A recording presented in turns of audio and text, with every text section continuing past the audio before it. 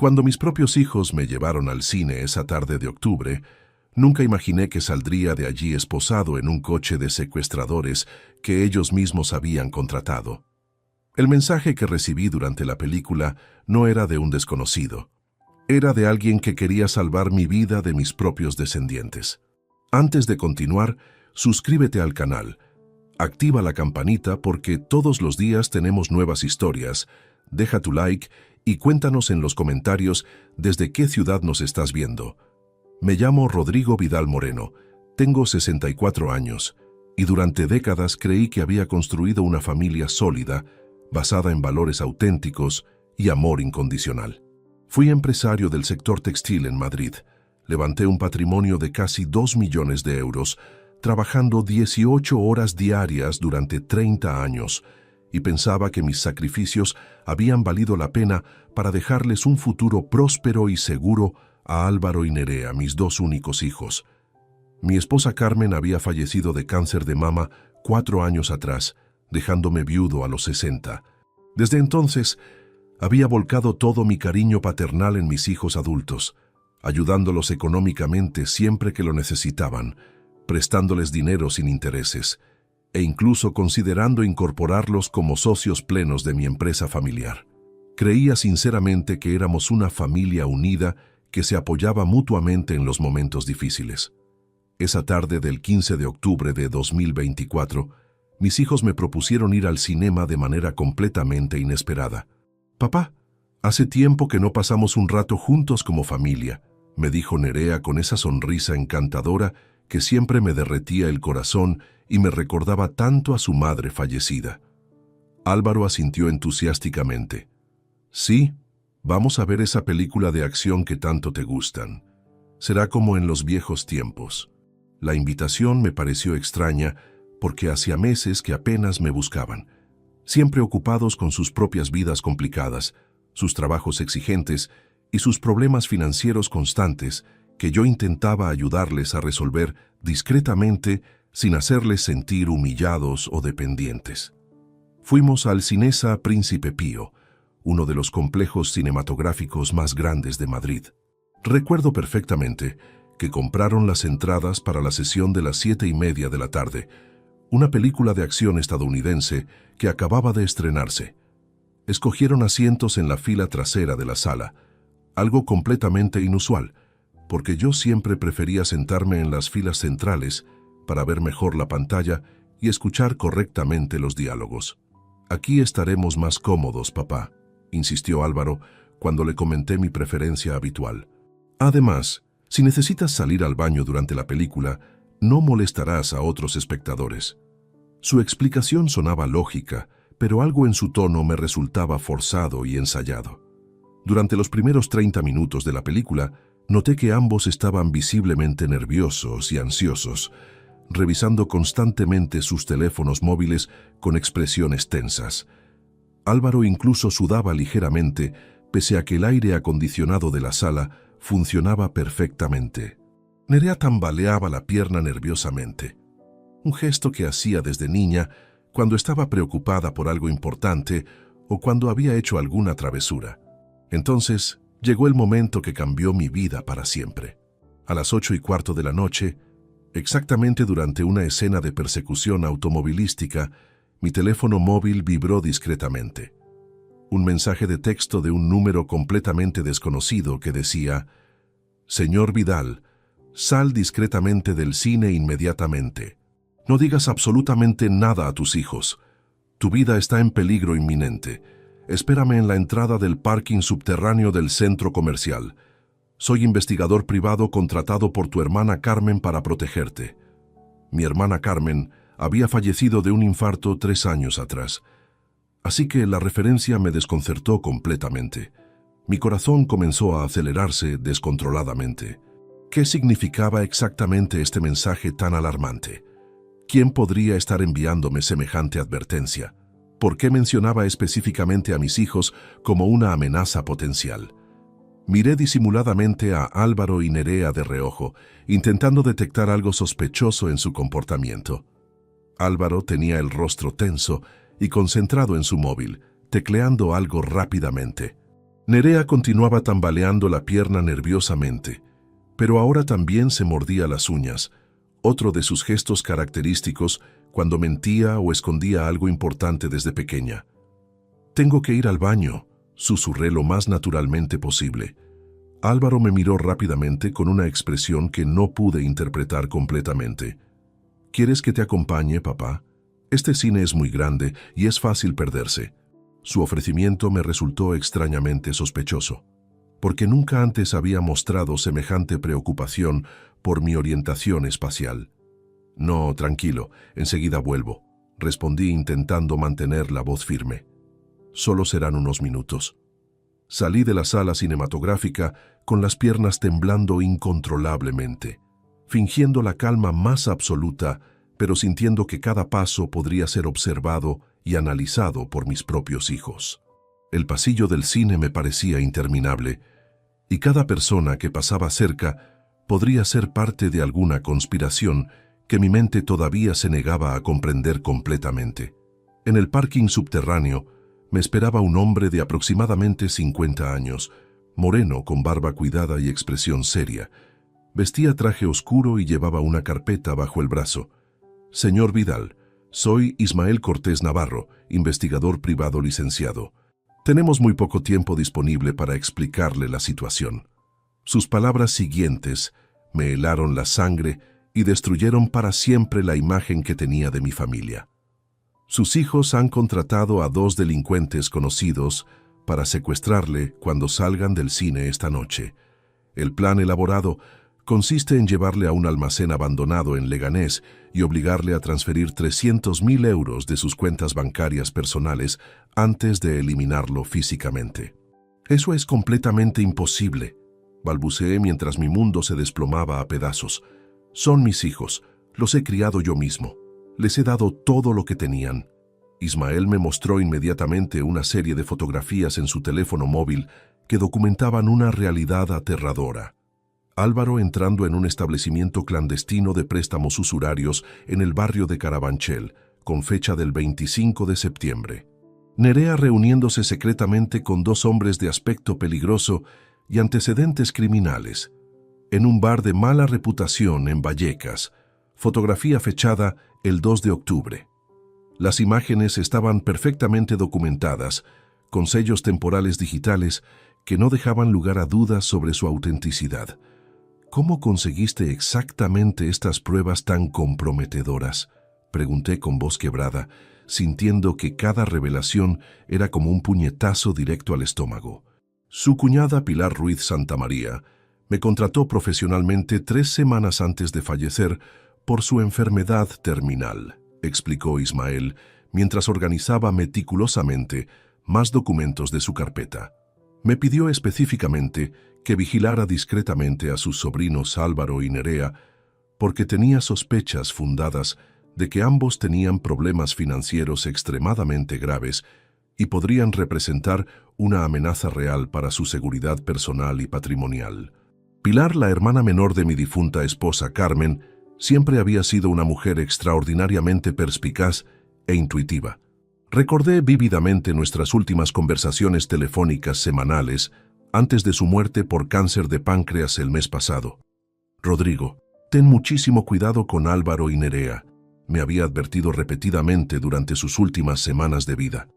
«Están cambiando gradualmente, se han vuelto extrañamente fríos e indiferentes contigo. Hay algo en sus ojos que me asusta profundamente». En aquel momento pensé ingenuamente que eran imaginaciones paranoicas de una mujer gravemente enferma y aterrorizada por la proximidad de su propia muerte. Qué equivocado estaba completamente. Los delincuentes contratados se identifican como Mateo Blanco Silva y David Romero Castillo, continuó Ismael mostrándome fichas policiales detalladas. Ambos tienen extensos antecedentes penales por robos con violencia, extorsión agravada y asociación criminal. Sus hijos les han prometido exactamente 5.000 euros cada uno por completar exitosamente el trabajo. El dinero restante de la extorsión estaría destinado a saldar las deudas urgentes de Álvaro con prestamistas ilegales y financiar el rescate económico del bufete jurídico en quiebra de Nerea. Me enseñó fotografías adicionales aún más devastadoras. Mis propios hijos entregando personalmente dinero en efectivo a estos criminales profesionales en el parking del centro comercial Plaza Norte. Álvaro sonreía ampliamente mientras estrechaba cordialmente la mano de Mateo, como si fuera un acuerdo comercial completamente normal. Nerea abrazaba familiarmente a David como si fuera un viejo amigo de confianza, no un delincuente contratado para asesinar a su padre. Las imágenes me quemaban literalmente los ojos y el alma.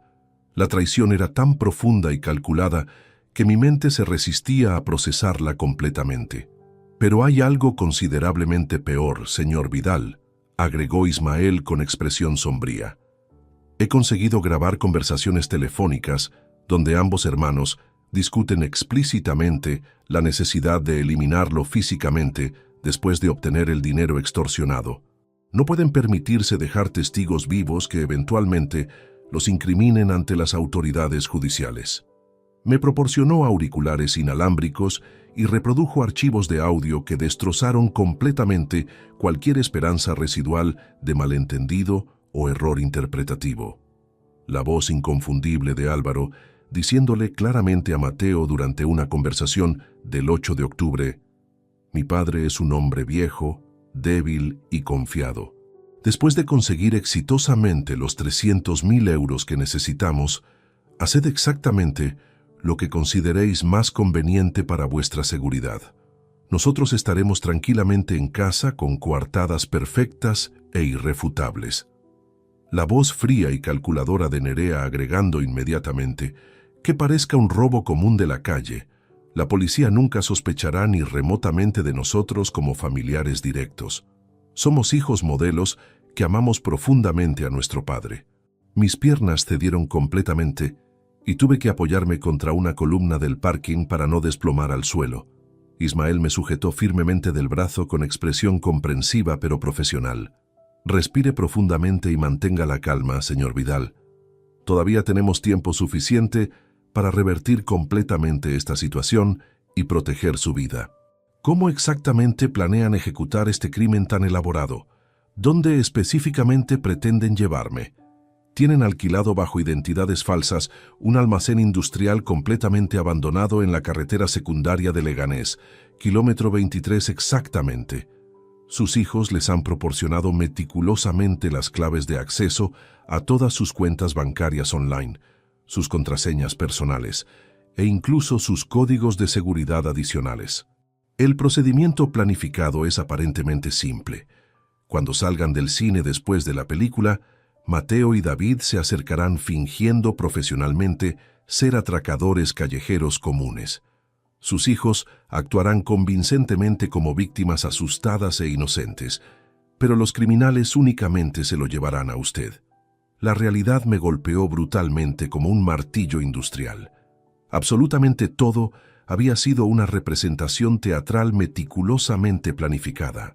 La invitación espontánea al cine, la selección estratégica de los asientos traseros, el nerviosismo palpable de ambos, habían estado esperando pacientemente a que llegara el momento preciso para ejecutar su plan homicida. ¿Cuánto tiempo exactamente llevaban elaborando esta conspiración parricida? Según mis investigaciones exhaustivas y la documentación recopilada desde principios del mes de septiembre aproximadamente, Álvaro perdió cantidades enormes de dinero apostando compulsivamente en casinos online ilegales. Los prestamistas profesionales comenzaron a amenazarlo físicamente con lastimar gravemente a toda su familia si no saldaba inmediatamente sus deudas acumuladas. Nerea simultáneamente perdió el caso judicial millonario de Mendoza Construction, que le habría proporcionado exactamente 200.000 euros en honorarios profesionales. Ambos necesitaban desesperadamente una solución económica rápida, radical y definitiva. Mi mente torturada recordó retrospectivamente el mes de septiembre con una claridad dolorosa y reveladora. Álvaro había estado inexplicablemente cariñoso y atento, visitándome más frecuentemente de lo habitual, preguntándome sutilmente sobre mis contraseñas bancarias supuestamente por razones de seguridad familiar. Nerea había insistido repetidamente en revisar minuciosamente mi testamento actualizado y todas mis pólizas de seguro de vida vigentes. Los señales evidentes habían estado ahí constantemente, pero yo los interpreté completamente como preocupación filial genuina y natural. Mientras Ismael esperaba pacientemente mi respuesta sobre cómo proceder, mi mente emprendió un viaje devastador hacia episodios recientes, reconstruyendo meticulosamente los últimos meses con una claridad dolorosa que me resultaba absolutamente insoportable. Todas las piezas dispersas del rompecabezas comenzaron a encajar de manera siniestra, formando un mosaico aterrador de manipulación y traición familiar. Recordé vívidamente el 8 de septiembre, cuando Álvaro apareció inesperadamente en mi casa, con lágrimas aparentemente genuinas corriendo por sus mejillas. «Papá, estoy atravesando un momento económicamente muy difícil y desesperante. ¿Podrías prestarme 15.000 euros urgentemente?» Su actuación había sido tan convincente, con esa voz quebrada y esas manos temblorosas, que le entregué el dinero inmediatamente sin hacer ninguna pregunta incómoda, como siempre había hecho durante toda su vida adulta. Ahora comprendía amargamente que esa cantidad substancial no había sido ni remotamente suficiente para saldar sus deudas acumuladas con los prestamistas criminales, y que probablemente había sido utilizada como pago inicial para contratar a los futuros asesinos. El 18 de septiembre, Nerea llegó a mi casa familiar con una botella de vino tinto caro y me propuso cenar juntos íntimamente, algo que no habíamos hecho en meses. Durante aquella comida aparentemente afectuosa, sutilmente me interrogó sobre mis ahorros bancarios, mis inversiones diversificadas, mis propiedades inmobiliarias e incluso sobre el código numérico de acceso a mi caja fuerte doméstica, donde guardaba documentos importantes y algo de efectivo de emergencia. «Papá, a tu edad deberías tener absolutamente todo perfectamente organizado y documentado por si algo imprevisto te ocurriera», me había dicho con una sonrisa radiante que ahora reconocía como completamente calculadora y manipulativa. Es responsabilidad de los hijos ayudar a sus padres mayores con estos temas tan delicados. La primera semana de octubre, ambos hermanos comenzaron a coordinar sistemáticamente sus visitas familiares. Siempre llegaban juntos con excusas aparentemente lógicas. Siempre mantenían conversaciones privadas en voz baja mientras yo preparaba café en la cocina. Siempre parecían estar discutiendo algo urgente e importante que interrumpían bruscamente cuando yo regresaba al salón. Una tarde del 5 de octubre, los escuché mencionar específicamente el almacén de Leganés durante una de estas conversaciones secretas, y ingenuamente pensé que estaban planeando algún proyecto comercial conjunto, o quizás considerando alquilar un espacio para montar un negocio familiar. Qué tremendamente ingenuo y ciego había sido al no percibir las señales evidentes de peligro. El 4 de octubre, Álvaro insistió fervientemente en acompañarme personalmente al Banco Central para ayudarme profesionalmente con trámites administrativos complicados. Observó atentamente cada movimiento de mis dedos sobre el teclado digital mientras yo accedía rutinariamente a mi banca online, memorizando obviamente cada contraseña, cada código de seguridad, cada procedimiento de verificación. Incluso me sugirió diplomatically cambiar algunas contraseñas antiguas por motivos de seguridad informática moderna, asegurándose maliciosamente de que fueran suficientemente simples y predecibles para que él pudiera recordarlas perfectamente. Nerea, por su parte, había comenzado a realizarme interrogatorios aparentemente casuales sobre mi rutina diaria específica. «¿A qué hora exacta sueles salir de casa los fines de semana, papá? ¿Tienes algún plan social fijo para los próximos días? ¿Sueles comentarle a alguien tus actividades programadas?» Sus preguntas me parecían conversación familiar normal, pero ahora comprendía terroríficamente que estaban estudiando minuciosamente mis hábitos cotidianos para identificar el momento perfecto y más seguro para ejecutar el secuestro sin testigos ni interrupciones. El 10 de octubre, durante una visita supuestamente rutinaria, los sorprendí intercambiando miradas cómplices y significativas cuando creían que no los observaba directamente. Álvaro le mostró discretamente algo en la pantalla de su teléfono móvil a Nerea, probablemente mensajes o fotografías relacionadas con la conspiración, y ella asintió gravemente con una expresión de determinación fría que me resultaba completamente desconocida en el rostro de mi propia hija.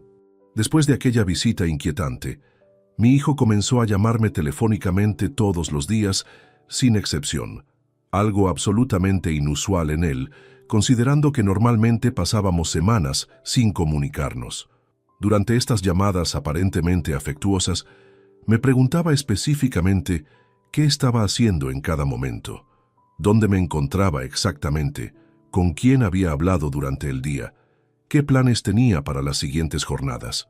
La tarde del 13 de octubre, exactamente 2 días antes de la fatídica invitación al cine, Nerea vino sola a casa con una expresión visiblemente ansiosa e inquieta. Parecía estar luchando internamente con pensamientos perturbadores.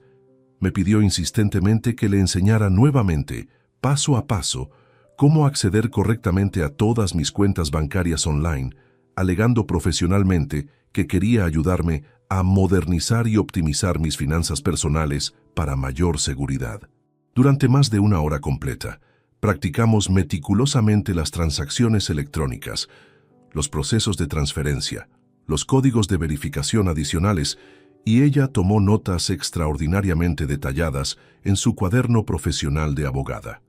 Incluso me hizo repetir varios procedimientos para asegurarse de que había memorizado perfectamente cada paso del proceso. «Es importante que sepas hacer esto rápidamente y sin errores, papá», me había dicho con una sonrisa que ahora reconocía como siniestra.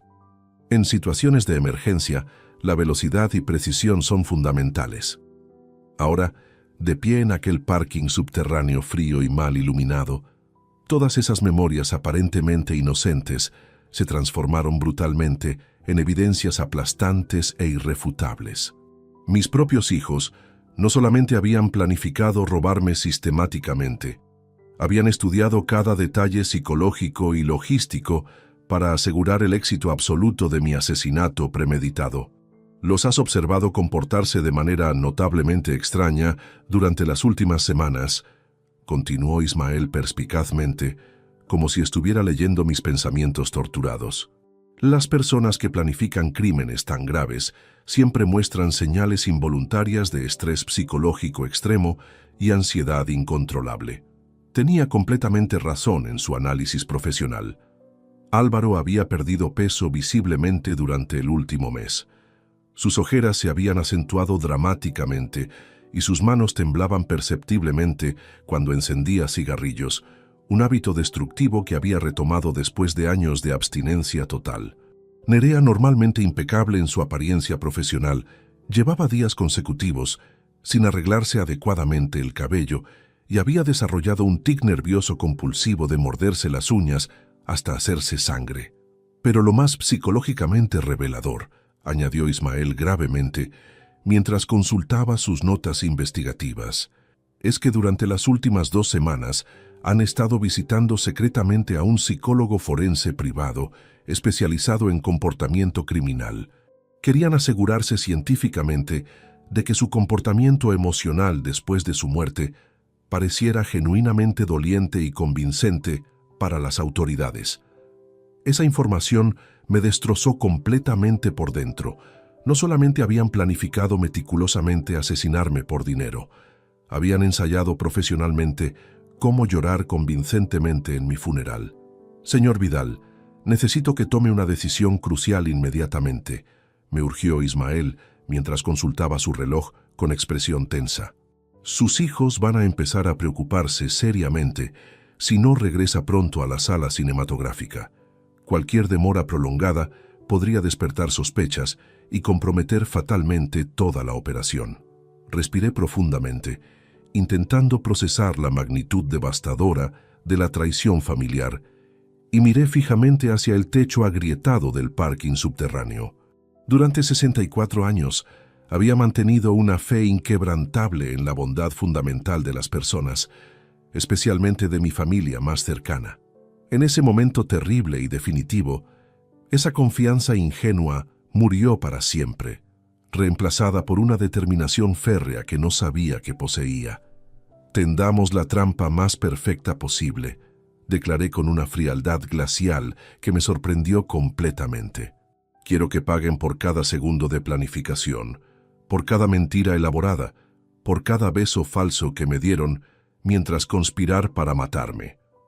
Ismael sacó inmediatamente su teléfono móvil profesional y marcó un número que evidentemente tenía memorizado para emergencias. Inspector Jiménez, soy Cortés hablando desde el terreno. Tenemos confirmación definitiva y luz verde absoluta para ejecutar la operación parricidio. La conversación fue extraordinariamente breve, pero intensamente coordinada, llena de códigos y referencias que demostraban una planificación previa meticulosa. Al terminar la llamada, me explicó rápidamente mientras caminábamos hacia su vehículo oficial. La Comisaría Central de Arganzuela ya tiene un equipo especializado completamente preparado desde hace 3 días. El inspector Jiménez conoce personalmente y muy bien a Mateo Blanco Silva y David Romero Castillo. Los han estado persiguiendo activamente por otros delitos graves durante los últimos 8 meses, y esta operación les permitirá capturarlos finalmente en flagrante delito. Me entregó cuidadosamente un dispositivo tecnológico diminuto del tamaño de una moneda. Es un micrófono inalámbrico de última generación con localizador GPS integrado. Se adhiere magnéticamente bajo la solapa interna de su chaqueta y será completamente invisible. Grabará automáticamente todo lo que ocurra durante las próximas horas y nos permitirá seguir su ubicación exacta en tiempo real desde la central de operaciones. Sus manos expertas trabajaron rápidamente y con precisión profesional, colocando el aparato de forma completamente invisible e imperceptible. También me proporcionó unas instrucciones técnicas básicas sobre su funcionamiento y duración. ¿Cómo funciona exactamente el plan operativo que han diseñado?, pregunté intentando mantener la compostura mientras mi mundo familiar se desintegraba completamente. Usted regresará al cine inmediatamente y actuará con total naturalidad, como si esta conversación nunca hubiera ocurrido. Cuando termine la película según el horario previsto, saldrá normalmente con sus hijos tal como ellos han planificado originalmente. Mateo Blanco y David Romero se acercarán inevitablemente en el parking exterior, exactamente tal como su conspiración familiar ha establecido. Usted no debe resistirse físicamente en absoluto. Debe permitir que lo conduzcan al almacén de Leganés sin crear complicaciones. La perspectiva me aterrorizaba profundamente, pero comprendía perfectamente la lógica estratégica del plan. ¿Y la intervención policial? 3 coches patrulla de élite los seguirán manteniendo una distancia prudencial y profesional para evitar ser detectados. Otros 2 equipos especializados ya están estratégicamente posicionados en las cercanías del almacén industrial desde esta mañana. Tenemos francotiradores experimentados ubicados en edificios circundantes y una unidad especializada en rescate de secuestros con equipamiento militar. El momento óptimo para la intervención decisiva será precisamente cuando sus hijos aparezcan físicamente en el almacén para presenciar personalmente la extorsión y dar la orden final de eliminación. Ismael desplegó sobre el capó de su automóvil un mapa topográfico detallado del área industrial de Leganés, marcado con anotaciones estratégicas y rutas de escape. El almacén estaba ubicado en una zona semiabandonada, rodeado de descampados extensos y carreteras secundarias que facilitarían enormemente la operación policial sin riesgo de víctimas civiles. Sus hijos han alquilado este lugar específico utilizando documentación completamente falsificada, pero tenemos registros bancarios detallados de todas las transacciones financieras que los conectan directamente e irrefutablemente con la conspiración. También hemos intervenido legalmente sus teléfonos móviles con autorización judicial desde hace una semana. Me mostró transcripciones impresas de mensajes interceptados que me revolvieron el estómago. Álvaro escribiéndole a Mateo el 12 de octubre. Papá saldrá del cine aproximadamente a las 10:30 de la noche. Recordad perfectamente, absolutamente nada de violencia física hasta llegar completamente al almacén. No podemos arriesgarnos a testigos callejeros.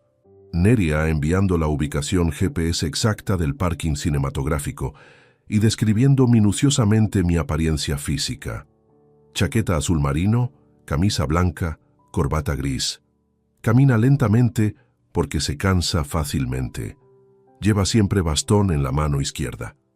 La frialdad clínica de sus descripciones me revolvió violentamente el estómago. Me habían catalogado sistemáticamente como una presa fácil, vulnerable, predecible y completamente indefensa. Hay algo adicional que debe conocer antes de proceder, continuó Ismael con expresión particularmente grave. Hemos interceptado una conversación telefónica entre Nerea y David de esta misma mañana temprano. Ella le comunicó explícitamente que si usted se mostraba demasiado resistente o problemático durante el proceso de extorsión, podían acelerar significativamente el cronograma final. Comprendí perfectamente el eufemismo siniestro. Si me negaba rotundamente a transferir el dinero o causaba cualquier tipo de complicaciones inesperadas, me ejecutarían inmediatamente sin más dilaciones. ¿Cuánto tiempo aproximado necesitan para completar exitosamente toda la operación de rescate? Una vez que lleguen al almacén industrial, estimamos entre 30 y 40 minutos hasta que sus hijos aparezcan físicamente. Ellos desean presenciar personalmente y con sus propios ojos que usted transfiera efectivamente el dinero completo antes de autorizar la orden final de eliminación. Es su momento de triunfo absoluto, su demostración de poder total, y precisamente esa arrogancia desmedida será su perdición definitiva. Ismael me proporcionó también un dispositivo adicional de pánico del tamaño de un botón. Si siente que su vida está en peligro inmediato e inminente, presione este mecanismo firmemente durante 3 segundos. La intervención policial será absolutamente instantánea, aunque eso podría comprometer parcialmente las evidencias legales contra sus hijos. Regresamos caminando hacia el complejo cinematográfico. En el ascensor, repasamos meticulosamente los últimos detalles cruciales del plan. Recuerde perfectamente, señor Vidal. Debe actuar genuinamente sorprendido cuando aparezcan los secuestradores, pero sin exagerar teatralmente la reacción. Álvaro y Nerea estarán observando minuciosamente cada gesto suyo para asegurar que no sospecha absolutamente nada de la conspiración. ¿Y si reconozco involuntariamente algo en su comportamiento que revele que sabían exactamente lo que iba a ocurrir? Mantenga la calma absoluta y controle sus expresiones faciales. Sus hijos han ensayado exhaustivamente este momento durante semanas, pero usted tiene la ventaja psicológica decisiva de conocer la verdad completa. Observe discretamente sus microexpresiones. Si sonríen involuntariamente o parecen demasiado tranquilos durante el supuesto atraco violento, eso confirmará irrefutablemente su culpabilidad ante nuestras cámaras ocultas. Antes de separarnos definitivamente, me ofreció un último consejo profesional que me marcó profundamente. Sus hijos lo han traicionado de la manera más brutal y despiadada posible, pero esta noche la justicia finalmente alcanzará a quienes la merecen. Mantenga su dignidad personal, señor Vidal. Muy pronto ellos estarán exactamente donde merecen estar. Entré nuevamente en la sala cinematográfica, con el corazón latiendo violentamente contra las costillas. Álvaro y Nerea me recibieron con expresiones preocupadas, que ahora reconocía como completamente fingidas y ensayadas. ¿Te encuentras bien, papá?, susurró Nerea con falsa ternura. Has tardado muchísimo tiempo. Estábamos empezando a preocuparnos seriamente. Solo problemas rutinarios de próstata.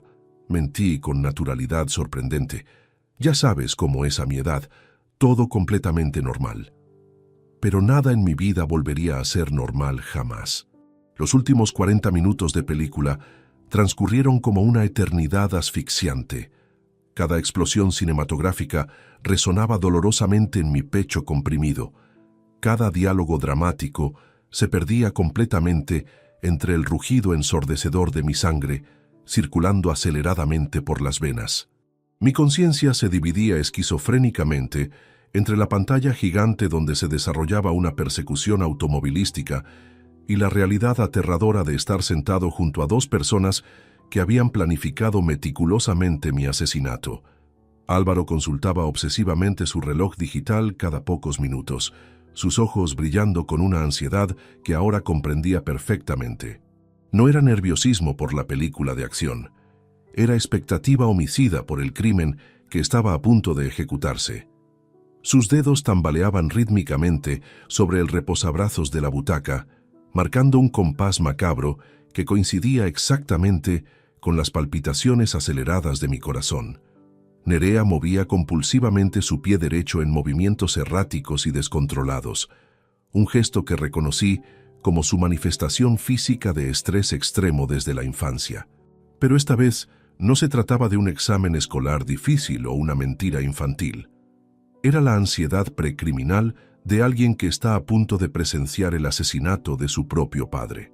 Cuando finalmente aparecieron los créditos finales en la pantalla, Nerea se incorporó inmediatamente con una energía artificial y forzada. «Bueno, papá, ha sido una película realmente estupenda y emocionante. ¿Nos vamos ya a casa?»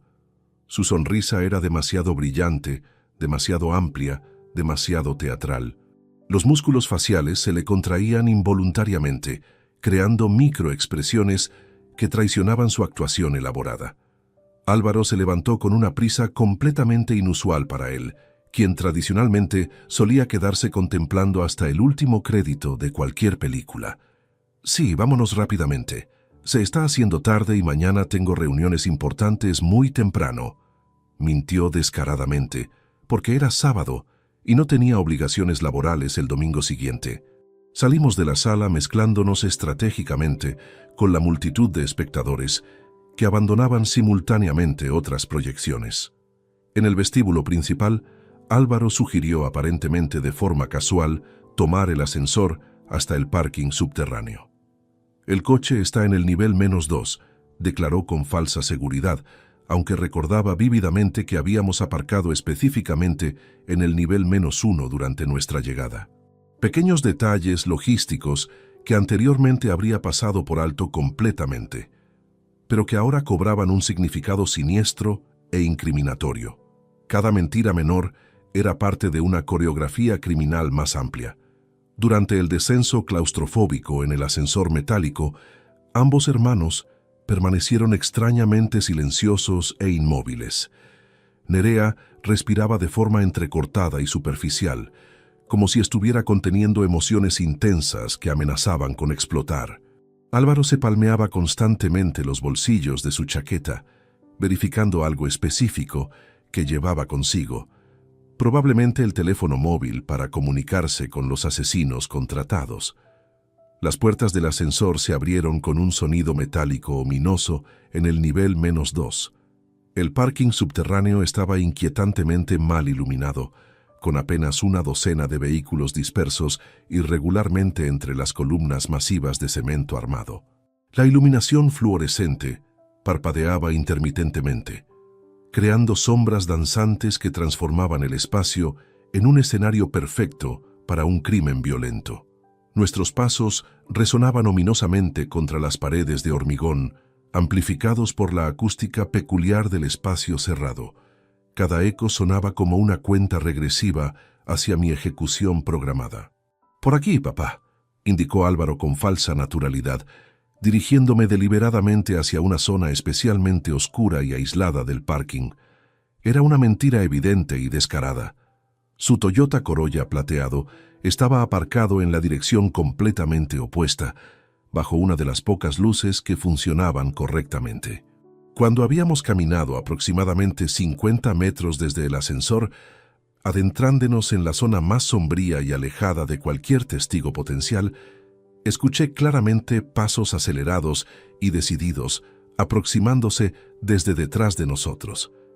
Mi instinto de supervivencia se activó instantáneamente, pero recordé las instrucciones específicas de Ismael sobre mantener la calma absoluta. Me volví lentamente y vi a dos hombres corpulentos y amenazantes aproximándose rápidamente con movimientos coordinados y profesionales. Uno llevaba una sudadera negra con capucha que ocultaba parcialmente su rostro. El otro vestía una chaqueta de cuero marrón gastada y pantalones vaqueros oscuros. «¡Alto ahí inmediatamente!», gritó agresivamente el de la sudadera negra. «Esto es un atraco a mano armada. No se muevan ni hagan ruido». La actuación de mis hijos fue absolutamente magistral y convincente. Álvaro retrocedió inmediatamente, con movimientos aparentemente naturales, levantando las manos temblorosamente, con una expresión de terror que parecía completamente genuina. «Por favor, señores, no nos hagan ningún daño. Somos una familia tranquila y trabajadora, pueden llevarse todo lo que quieran». Nerea comenzó a sollozar de manera dramática y convincente, abrazándose desesperadamente a su hermano, como si buscara protección fraternal. Sus lágrimas parecían completamente reales, producto probablemente del entrenamiento psicológico que habían recibido del especialista forense. El hombre de la chaqueta de cuero se acercó directamente hacia mí con pasos decididos y amenazantes. «Tú, el viejo, ven aquí inmediatamente. Solo te queremos a ti específicamente». Era indudablemente Mateo Blanco Silva. Reconocí perfectamente su rostro angular de las fotografías que me había mostrado Ismael durante nuestra reunión clandestina. «No, por favor, se lo suplicamos», gimió Nerea con una actuación dramática digna de un premio cinematográfico. «Es nuestro padre anciano. Tiene problemas cardíacos graves. Si algo le pasa, se morirá del susto. Llevadnos a nosotros en su lugar», intervino Álvaro con falso heroísmo paternal. «Somos jóvenes y fuertes. Podemos trabajar para pagaros exactamente lo que queráis». David Romero, el de la sudadera negra, los empujó bruscamente contra una columna de cemento. «Callaos la boca inmediatamente. Solo necesitamos al abuelo para un trabajo específico. Vosotros quedaos exactamente aquí y contad hasta 1000 lentamente antes de llamar a la policía. Si nos seguís o hacéis cualquier cosa estúpida, lo matamos sin dudarlo». Observé minuciosamente las expresiones faciales de mis hijos durante esta amenaza explícita de muerte. Por una fracción de segundo casi imperceptible, vi algo que me heló completamente la sangre. Álvaro tuvo que reprimir conscientemente una sonrisa de satisfacción. Sus músculos faciales se tensaron visiblemente mientras luchaba por mantener la máscara de terror filial.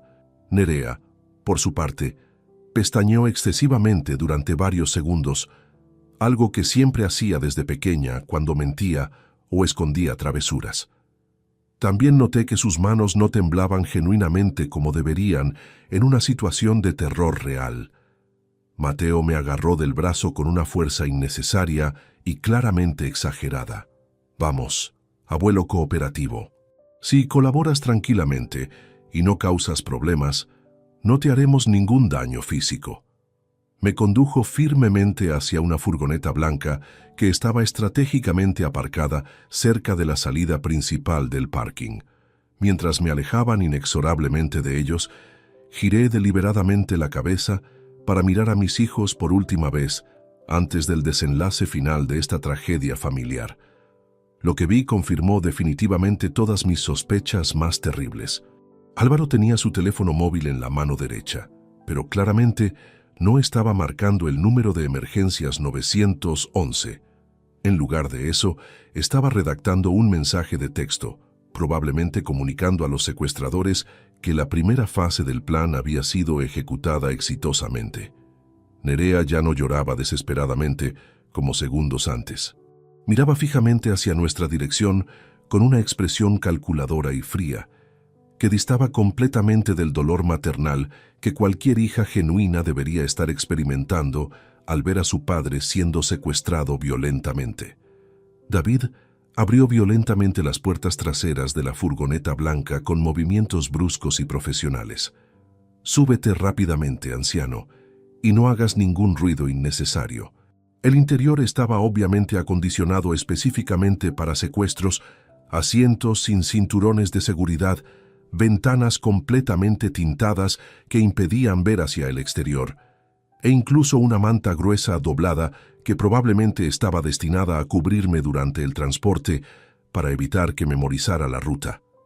Antes de subir obedientemente, fingí tropezar accidentalmente y caer aparatosamente al suelo del parking. Desde esa posición estratégica, pude observar claramente a mis hijos en la distancia sin despertar sospechas. Lo que presencié confirmó definitivamente mis peores temores sobre su implicación directa en la conspiración criminal. Álvaro estaba guardando tranquilamente su teléfono móvil en el bolsillo interior de su chaqueta, con movimientos relajados que contrastaban dramáticamente con la histeria que debería estar sintiendo cualquier hijo cuyo padre acababa de ser secuestrado violentamente. Sus hombros se habían relajado visiblemente, como si hubiera completado exitosamente una tarea estresante. Nerea se estaba retocando discretamente el maquillaje con un espejito de bolsillo, verificando que su apariencia fuera presentable para lo que evidentemente vendría después. Ninguno de los dos mostraba la desesperación, el pánico o la histeria que cualquier familia genuina experimentaría en semejante situación traumática. «Levántate de una puta vez», gruñó amenazadoramente Mateo, tirándome bruscamente del brazo hasta ponerme en pie.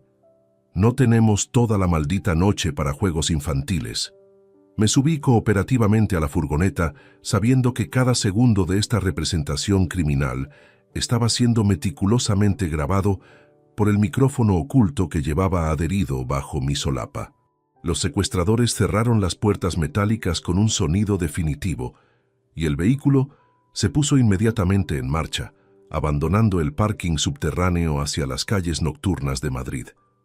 El trayecto hacia Leganés duró exactamente 29 minutos según mi reloj de pulsera.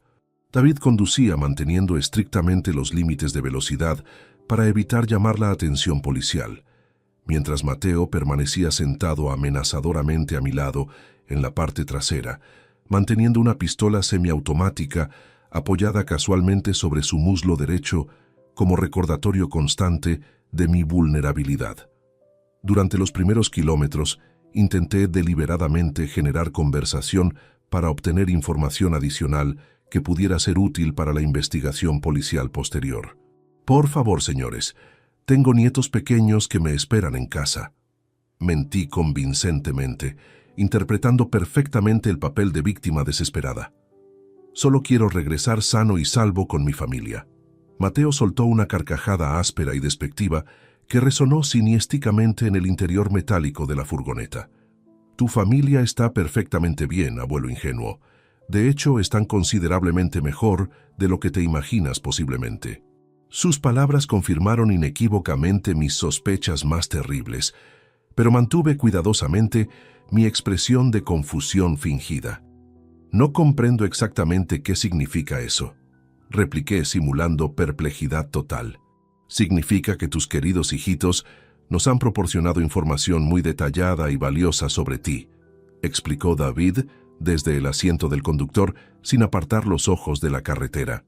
«Como que tienes más de 1.200.000 euros distribuidos estratégicamente en 3 bancos diferentes. Como que vives completamente solo en esa casa enorme de la zona norte y que prácticamente nadie te visitaría si desaparecieras durante varios días consecutivos». La traición era aún más sistemática y profunda de lo que había imaginado inicialmente.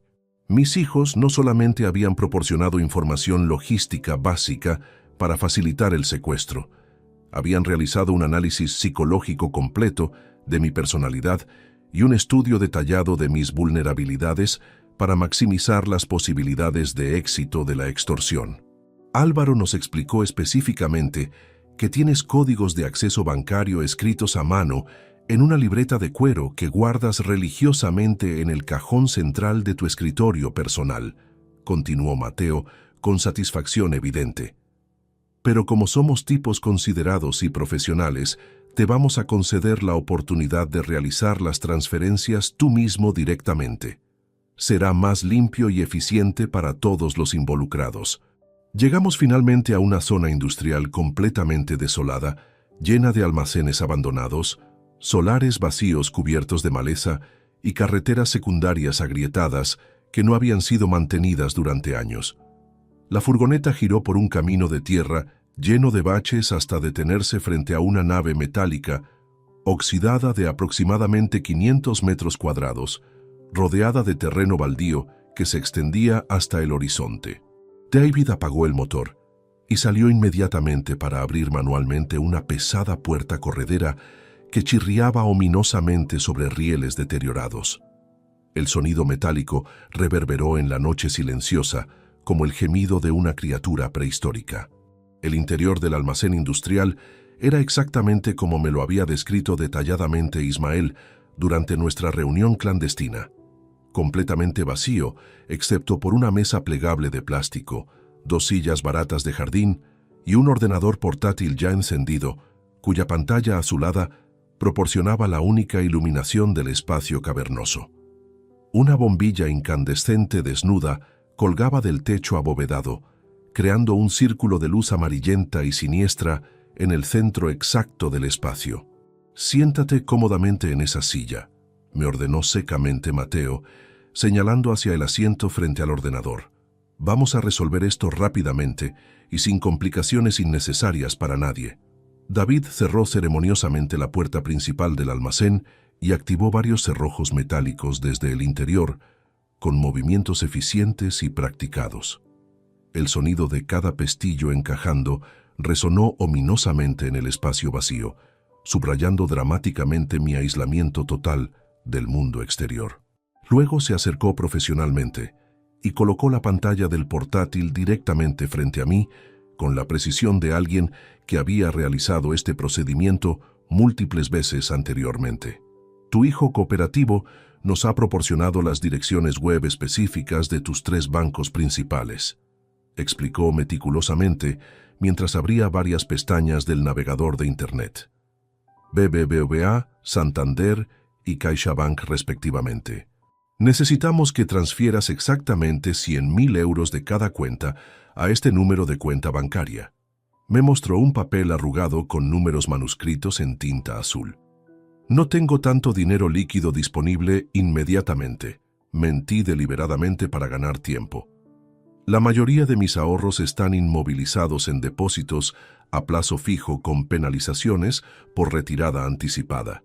«No nos tomes por imbéciles completos, abuelo mentiroso», gruñó amenazadoramente David, acercando su rostro al mío hasta que pude oler su aliento a tabaco y alcohol.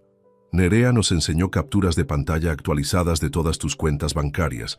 Sabemos exactamente cuánto dinero tienes disponible en cada una, hasta el último céntimo». La evidencia de complicidad directa de mis hijos se acumulaba inexorablemente con cada revelación.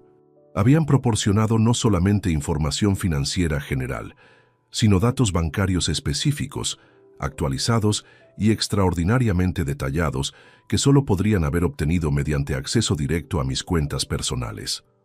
Comencé a introducir lentamente las credenciales de acceso del BBVA, simulando nerviosismo extremo mientras mis dedos temblaban teatralmente sobre el teclado.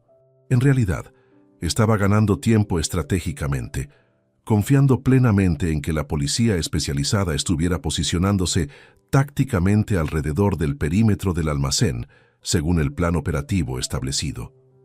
«Date prisa considerablemente», me apremió impacientemente Mateo, acercando el cañón frío de su pistola a mi sien derecha. «Cuanto antes terminemos este negocio, antes podrás regresar tranquilamente con tu adorada familia». Accedí finalmente a mi cuenta corriente principal del BBVA. La pantalla mostró un saldo disponible de 122.800 euros exactamente. David silbó admirativamente al ver la cifra.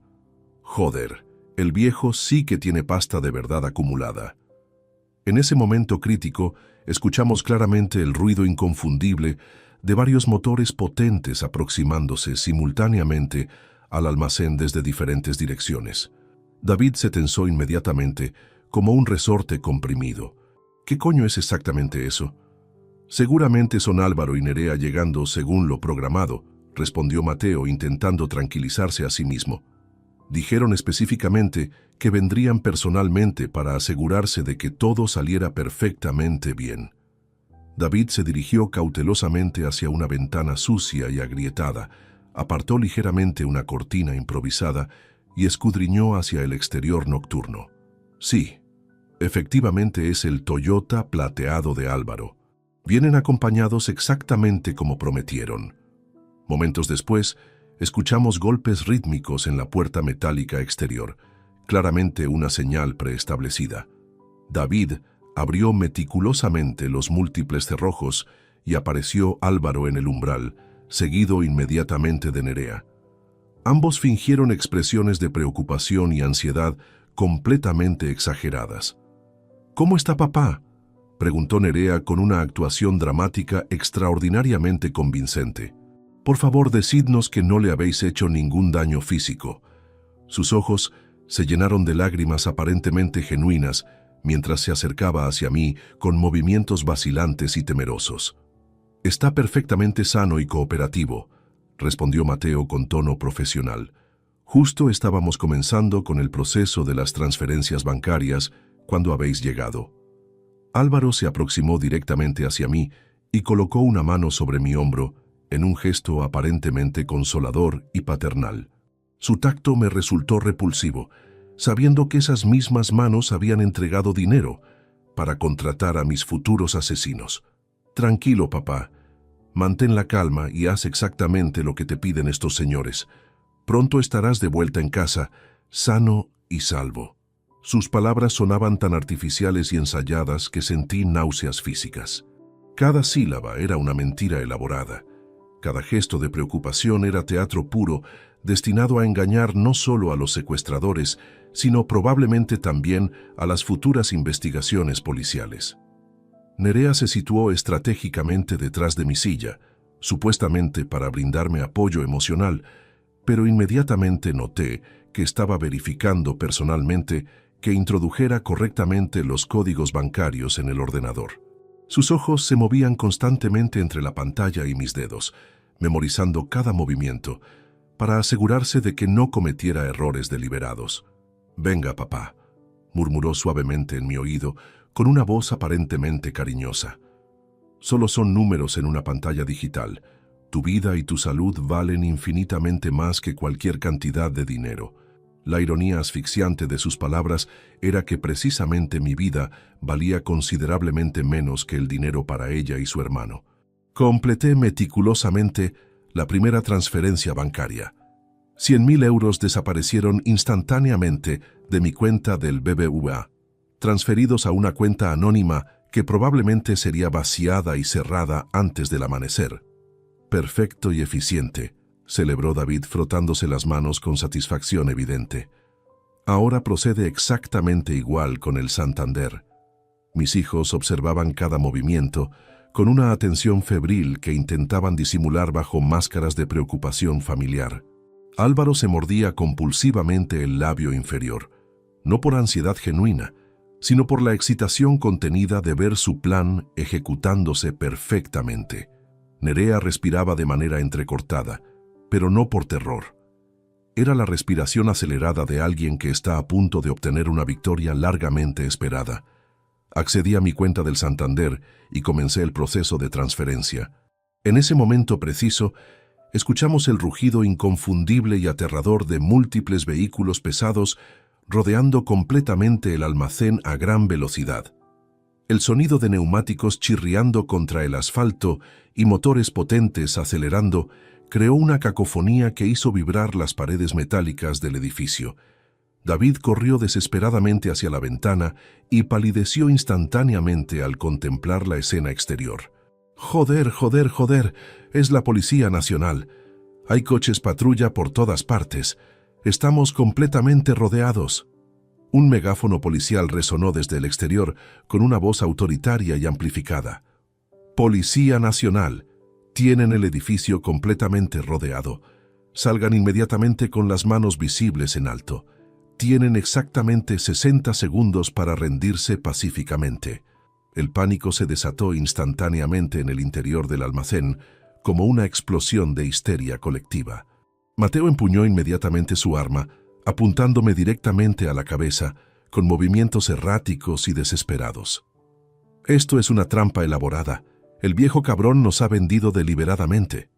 David comenzó a correr en círculos como un animal enjaulado, buscando frenéticamente alguna salida alternativa que obviamente no existía.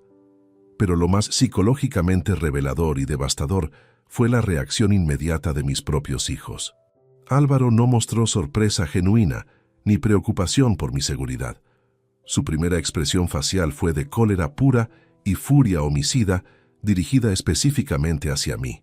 «¿Qué has hecho exactamente, papá?», me gritó con una rabia que confirmaba definitivamente su culpabilidad consciente.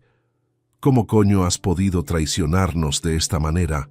Sus palabras fueron una confesión completa. Un hijo inocente habría preguntado cómo había conseguido avisar a la policía. No me habría acusado de traicionarlos a ellos. Nerea, por su parte, inmediatamente sacó su teléfono móvil profesional y comenzó a borrar mensajes frenéticamente con movimientos rápidos y desesperados. Una abogada genuinamente inocente habría estado preocupada exclusivamente por mi seguridad física. Una cómplice criminal destruía evidencias incriminatorias que la conectaban directamente con la conspiración. «Cállate inmediatamente», le gritó Mateo histéricamente a Álvaro. «Tu padre no ha podido avisar a nadie. Hemos estado vigilándolo constantemente durante todo el tiempo». «Entonces, ¿cómo coño sabían exactamente dónde encontrarnos?», replicó David con voz aguda y descontrolada, gesticulando salvajemente con sus brazos. La voz del megáfono policial se intensificó dramáticamente. «Les quedan exactamente 30 segundos para salir pacíficamente. Después procederemos a entrar por la fuerza. Liberen inmediatamente al rehén». Nerea se acercó peligrosamente a Mateo con una expresión que jamás había visto en el rostro de mi propia hija. Sus ojos brillaban con una frialdad calculadora que me resultaba completamente desconocida y aterradora. «Escúchame muy atentamente, imbécil. Si la policía nos captura vivos a todos, mi padre les contará inevitablemente que nosotros os contratamos específicamente para esto. Todos iremos directamente a prisión durante décadas». Su máscara de hija preocupada había desaparecido completamente, revelando la personalidad fría, manipuladora y despiadada que había estado ocultando durante meses de planificación criminal. «¿Qué sugieres entonces concretamente?», preguntó Mateo sudando profusamente mientras mantenía el arma temblando contra mi sien. «Matadlo ahora mismo, inmediatamente», respondió Nerea sin la menor vacilación o remordimiento. «Sin testigos supervivientes, solamente somos víctimas inocentes de un secuestro que desafortunadamente salió mal». Álvaro asintió vigorosamente con la cabeza, aprobando entusiastamente la propuesta homicida de su hermana. «Tiene completamente razón. Papá muerto no puede testificar contra nosotros ante ningún tribunal. Diremos a la policía que intentamos desesperadamente rescatarlo y que llegamos trágicamente demasiado tarde». La naturalidad despiadada con la que discutían mi asesinato inmediato me paralizó mentalmente.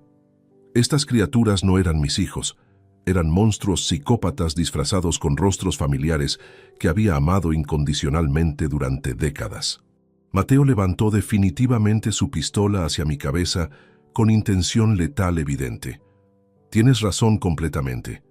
Es mejor terminar esto rápidamente antes de que la situación se complique más». En ese momento exacto y crucial, las puertas metálicas del almacén explotaron simultáneamente hacia adentro con una fuerza demoledora.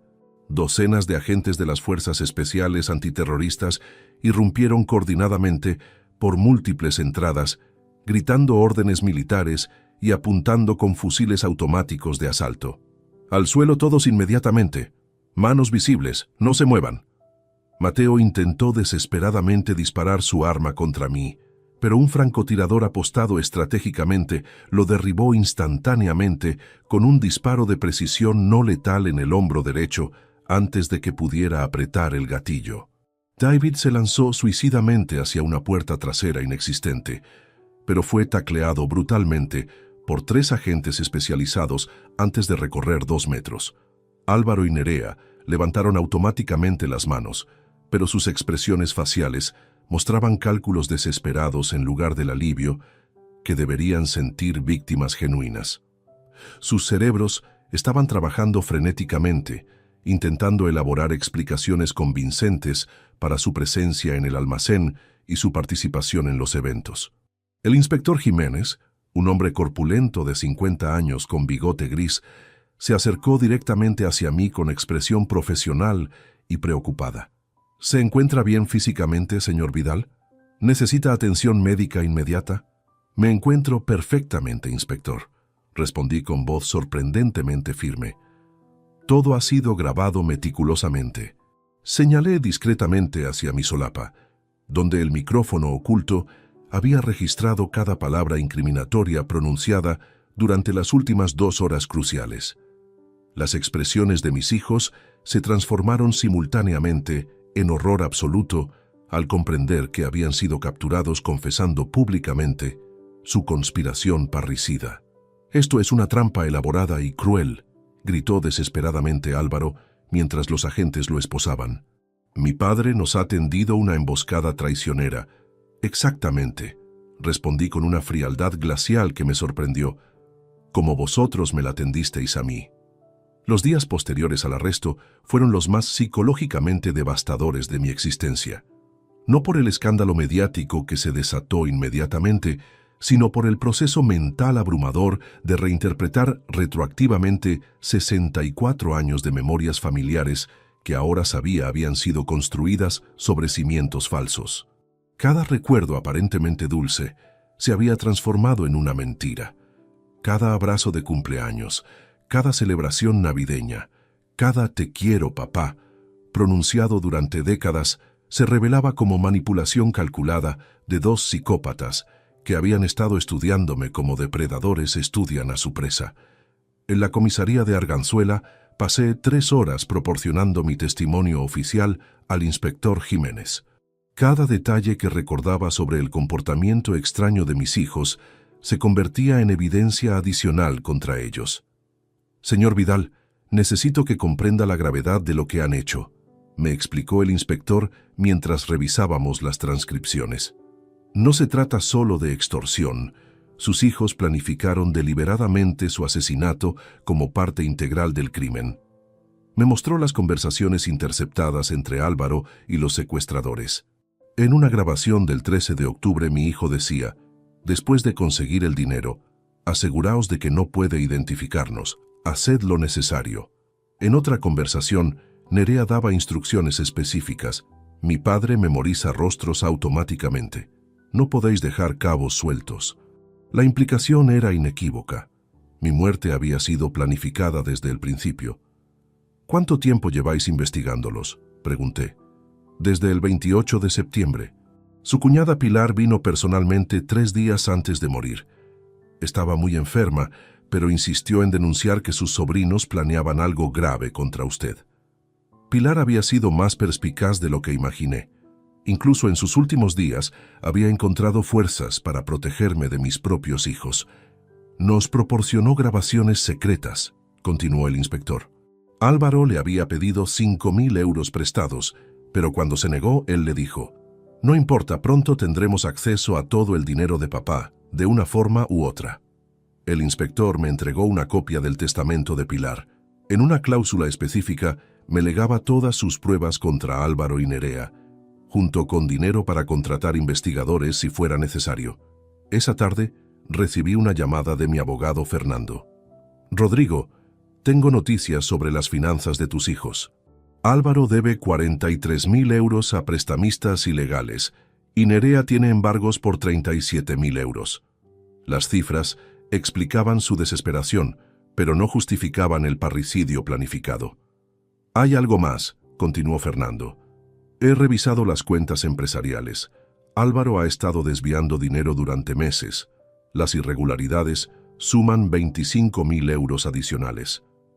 Cada revelación era un puñetazo. Mi hijo no solo había planificado matarme, había estado robándome durante meses antes de decidir eliminarme. Al tercer día, tomé la decisión más difícil de mi vida.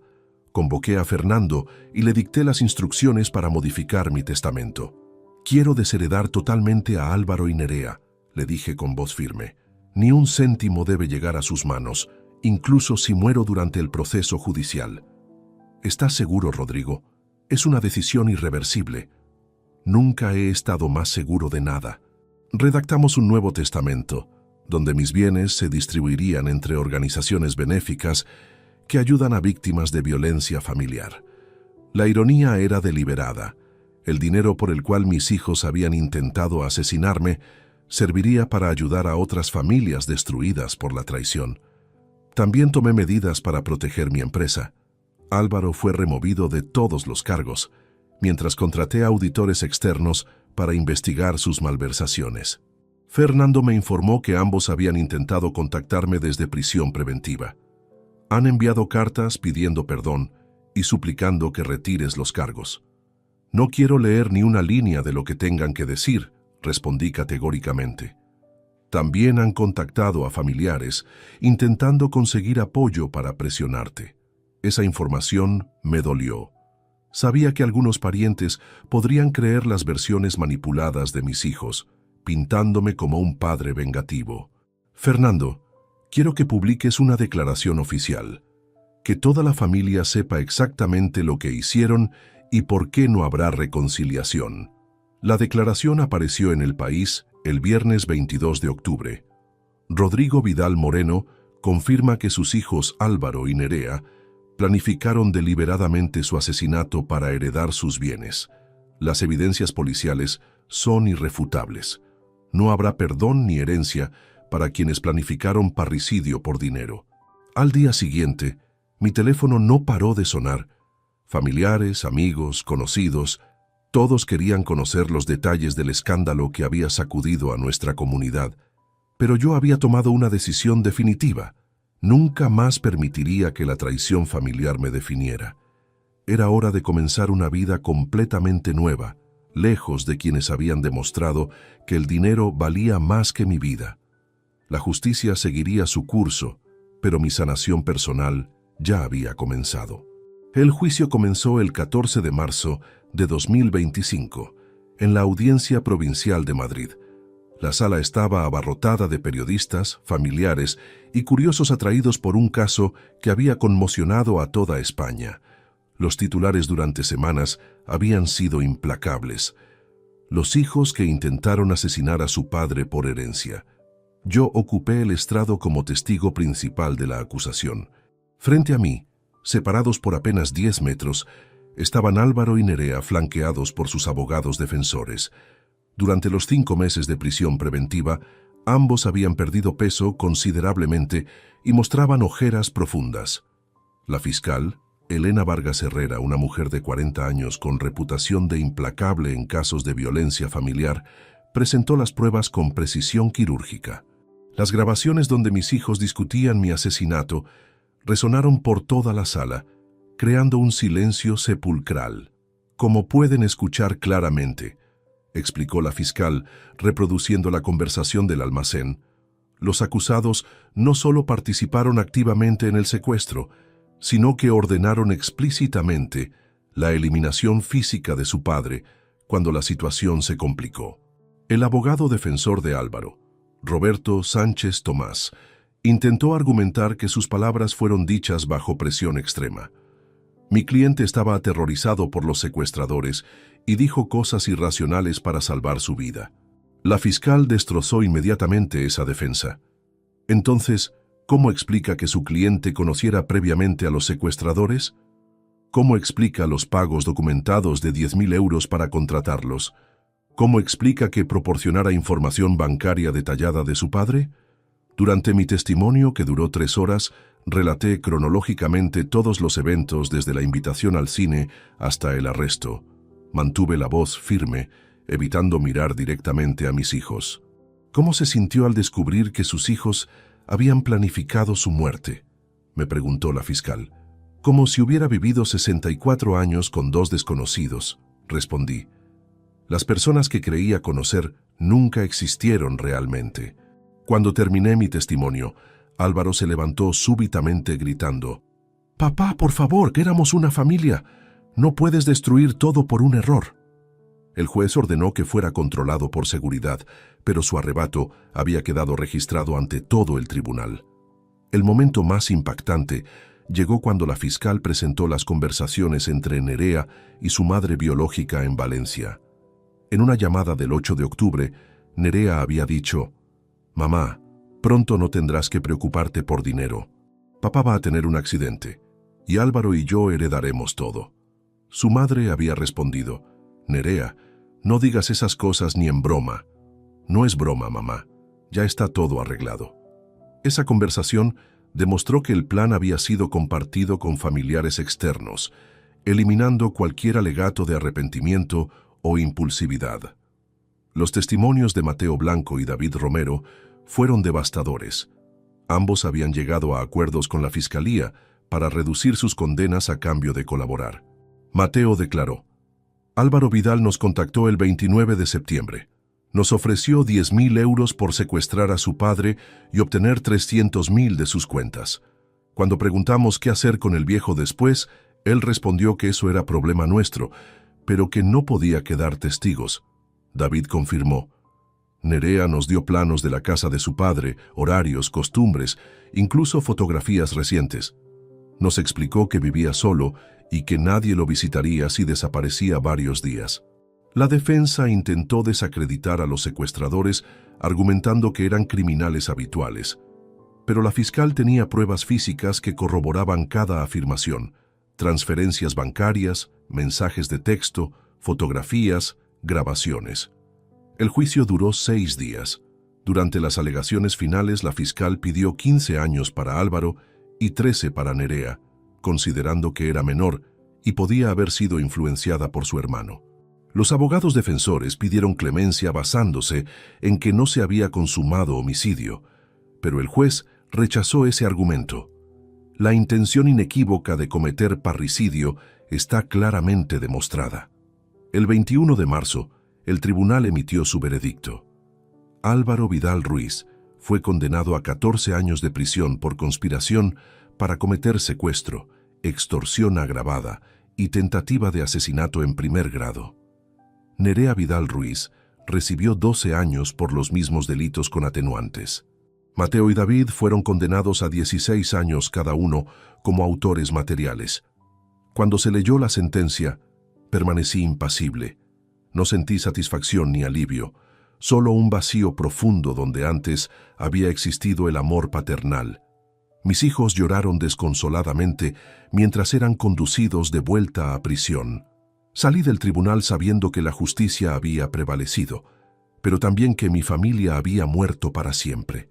3 semanas después de la sentencia, tomé las decisiones más radicales de mi existencia.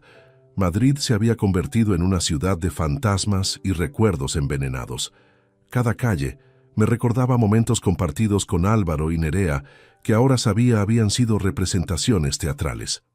Mi empresa textil, Vidal Hermanos S.L., que había construido durante 30 años, fue vendida por 1.300.000 euros a un consorcio catalán. Irónicamente, el nombre Hermanos en la razón social se había vuelto un sarcasmo cruel del destino. La casa familiar de la calle Salamanca, donde mis hijos habían crecido y donde habíamos celebrado cumpleaños, navidades y graduaciones, también fue puesta en venta. Un matrimonio joven con 2 niños pequeños la compró por 850.000 euros. Me alegró saber que volvería a ser un hogar lleno de amor genuino. Liquidé todas mis propiedades urbanas, 2 apartamentos de alquiler en Chamberí y un local comercial en Malasaña. En total, reuní más de 2,5 millones de euros, una fortuna que mis hijos habían codiciado tanto que estuvieron dispuestos a asesinarme por ella. Durante esas semanas de liquidación, recibí docenas de cartas desde la prisión de Alcalá Meco. Tanto Álvaro como Nerea me escribían diariamente suplicando perdón, explicando su desesperación financiera, prometiendo reembolsar cada céntimo si los ayudaba a reducir sus condenas. Quemé todas las cartas sin leerlas completamente. Sus palabras ya no tenían poder sobre mí. El 15 de abril de 2025, conduje por última vez hacia el sur, rumbo a Cuenca, la provincia donde había nacido y donde mi abuela materna, Esperanza Moreno, me había criado durante mis primeros 8 años de vida. La abuela Esperanza había muerto cuando yo tenía 23 años, pero sus enseñanzas sobre la honestidad, el trabajo duro y la importancia de la tierra permanecían grabadas en mi corazón. Rodrigo, me decía mientras cuidábamos sus gallinas, la tierra nunca te traiciona. Le das trabajo y cariño y ella te devuelve sustento y paz. Recordé vívidamente aquellos veranos de mi infancia en su cortijo, despertándome con el canto de los gallos, ayudándola a recoger huevos, aprendiendo a distinguir las plantas medicinales que crecían en los campos. Esos habían sido los momentos más puros de mi vida. Encontré la propiedad perfecta en un pueblo llamado Arcas, a 40 kilómetros de la capital conquense. Una finca de 150 hectáreas con una casa rural restaurada, establos para ganado, un olivar centenario y amplios pastizales rodeados de encinas. El propietario anterior, un ganadero jubilado llamado Sebastián Torres, me mostró personalmente cada rincón de la propiedad. Esta tierra ha dado de comer a 5 generaciones de mi familia, me explicó con orgullo. Pero mis hijos viven en Barcelona y no quieren saber nada del campo. Pagué 400.000 euros en efectivo, sin hipoteca ni complicaciones. El contrato se firmó el 28 de abril y oficialmente me convertí en propietario de mi refugio definitivo. La casa principal tenía 3 dormitorios, una cocina amplia con chimenea de leña, biblioteca con estanterías de madera maciza y un porche que daba al olivar. Era exactamente el tipo de hogar que había soñado tener cuando me jubilara, antes de que mis hijos destruyeran esos planes con su traición. Sebastián me enseñó los secretos de la ganadería y la agricultura. Las cabras son animales nobles, me explicó mientras alimentábamos al rebaño de 30 ejemplares que venían con la propiedad. Te dan leche, queso y si las tratas bien, te acompañan durante años. También me instruyó sobre el cuidado del olivar. Estos árboles tienen más de 100 años. Han sobrevivido sequías, heladas, plagas y guerras. Son símbolos de resistencia y paciencia. Durante mayo, contraté a 3 trabajadores locales para que me ayudaran mientras aprendía. Julián Castillo se encargaba del ganado, Mercedes Ruiz cuidaba la huerta de vegetales y Antonio Morales mantenía la maquinaria agrícola. Los 3 se convirtieron en algo más que empleados. Eran vecinos genuinamente preocupados por mi bienestar. Cuando les expliqué vagamente que había tenido problemas familiares en Madrid, nunca hicieron preguntas indiscretas. Aquí todos venimos huyendo de algo, me dijo Mercedes mientras plantábamos tomates. El campo cura heridas que la ciudad solo empeora. Establecí rutinas simples pero satisfactorias. Despertaba a las 6 para alimentar a las cabras. Desayunaba en el porche leyendo periódicos locales que no contenían noticias sobre crímenes urbanos ni traiciones familiares.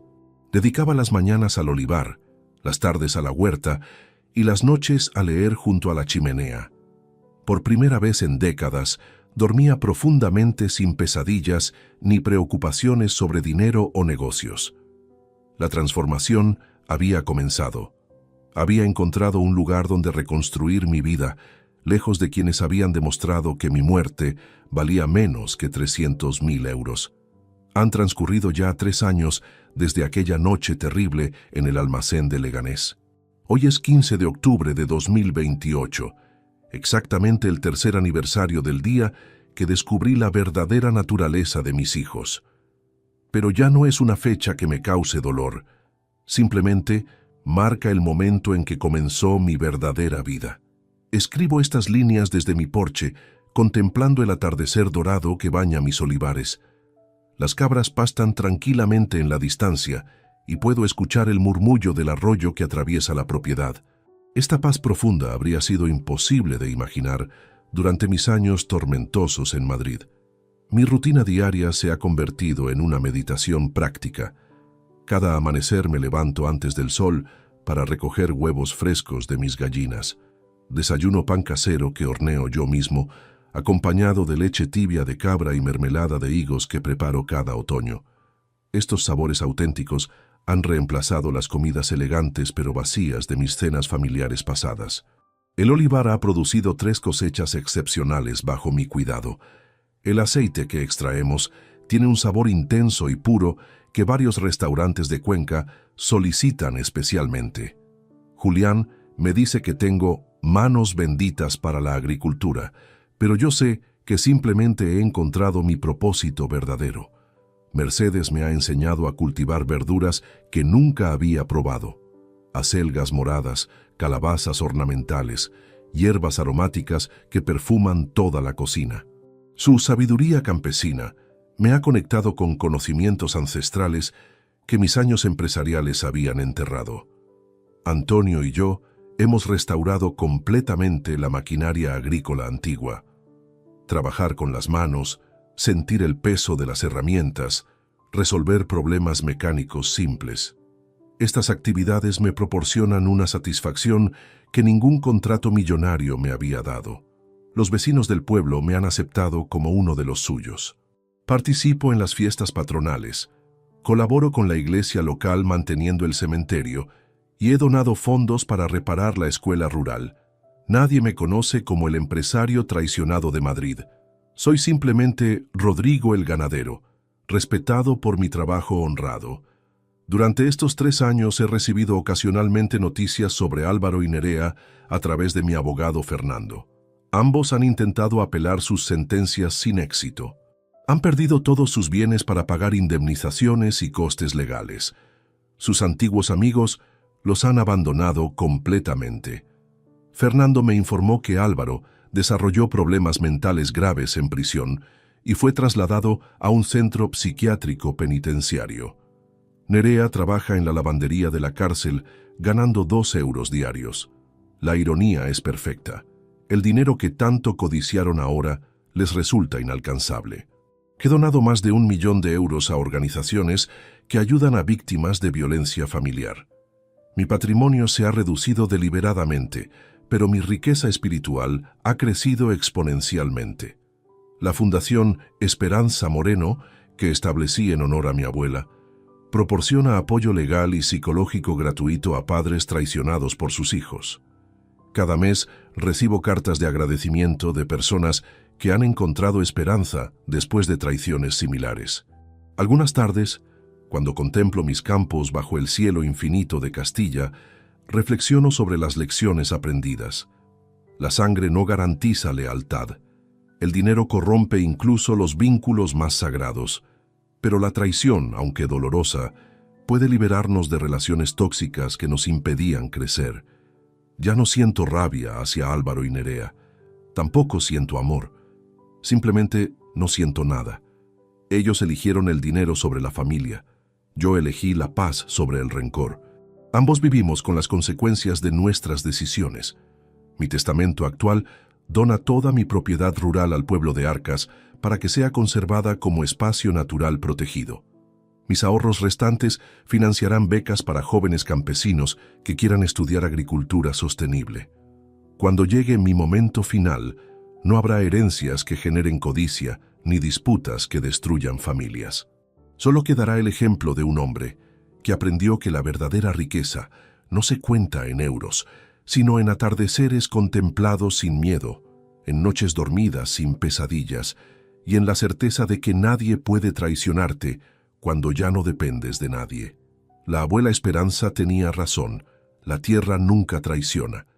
Y en esta tierra he encontrado finalmente la familia que siempre merecí tener. Una familia compuesta por olivos centenarios, cabras leales y vecinos honestos que valoran el trabajo por encima de la herencia. Esta es mi venganza perfecta, haber aprendido a ser completamente feliz sin ellos. Si te gustó esta historia, dale like al video, suscríbete al canal y comparte tus impresiones en los comentarios. Para escuchar la próxima historia, haz clic en la caja de la izquierda. Gracias por vernos.